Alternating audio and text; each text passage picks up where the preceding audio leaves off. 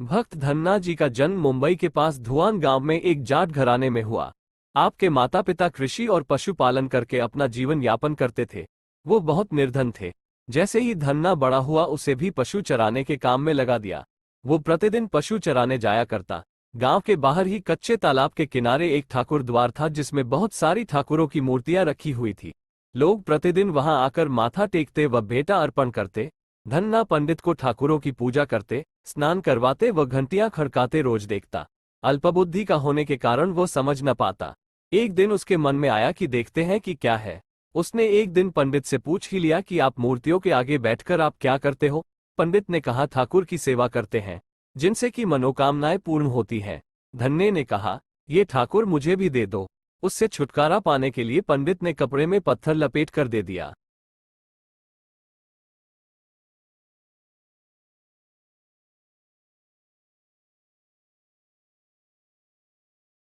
प्रभु जानते थे कि यह मेरा निर्मल भक्त है, छल कपट नहीं जानता, अब तो प्रकट होना ही पड़ेगा। 1 घंटा और बीतने के बाद धन्ना क्या देखता है कि श्री कृष्ण रूप भगवान जी रोटी मक्खन के साथ खा रहे हैं और लस्सी पी रहे हैं। भोजन खाकर प्रभु बोले, धन्ने जो इच्छा है मांग लो, मैं तुम पर प्रसन्न हूँ। धन्ने ने हाथ जोड़कर विनती की, भाव जो तुम्हारी भक्ति करते हैं तो उनके कार्य संवार देता है। मुझे गेहूं, दाल व घी दीजिए, मैं खुश हो जाऊंगा यदि जूता, कपड़े, 7 प्रकार के अनाज, गाय या भैंस, सवारी करने के लिए घोड़ी तथा घर की देखभाल करने के लिए सुंदर नारी मुझे दे। धन्ने के यह वचन सुनकर प्रभु हंस पड़े और बोले, ये सब वस्तुएं तुम्हें मिल जाएंगी। प्रभु बोले, अन्य कुछ? प्रभु, मैं जब भी आपको याद करूं आप दर्शन दीजिए, यदि कोई जरूरत हुई तो बताऊंगा। तथास्तु, भगवान ने उत्तर दिया। हे प्रभु, धन्ना आज से आपका आजीवन सेवक हुआ, आपके अलावा किसी अन्य का नाम नहीं लूंगा। धन्ना खुशी से दीवाना हो गया। उसकी आंखें बंद हो गई। जब आंखें खोली तो प्रभु वहां नहीं थे।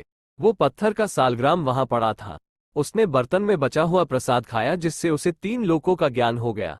प्रभु के दर्शनों के कुछ दिन पश्चात धन्ने के घर सारी खुशियां आ गई। एक अच्छे अमीर घर में उसका विवाह हो गया। उसकी बिना बोई भूमि पर भी फसल लहलहा गई। उसने जो जो प्रभु से मांगा था उसे सब मिल गया। किसी ने धन्ने को कहा, चाहे प्रभु तुम पर प्रसन्न है तुम्हें फिर भी गुरु धारण करना चाहिए। उसने स्वामी रामानंद जी का नाम बताया। एक दिन अचानक ही रामानंद जी उधर से निकले। भक्त धन्ने ने दिल से उनकी खूब सेवा की तथा दीक्षा की मांग की। रामानंद जी ने उनकी विनती स्वीकार कर ली और दीक्षा देकर धन्ने को अपना शिष्य बना लिया। धन्ना भगवान के नाम का सुमिरन करने लगा।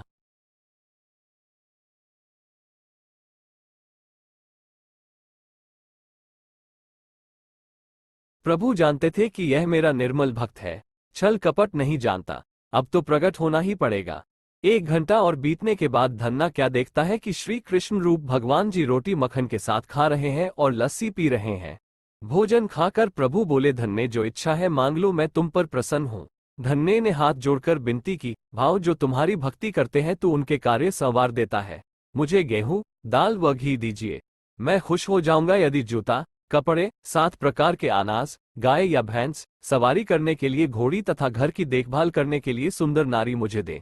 धन्ने के यह वचन सुनकर प्रभु हंस पड़े और बोले, ये सब वस्तुएं तुम्हें मिल जाएंगी। प्रभु बोले, अन्य कुछ?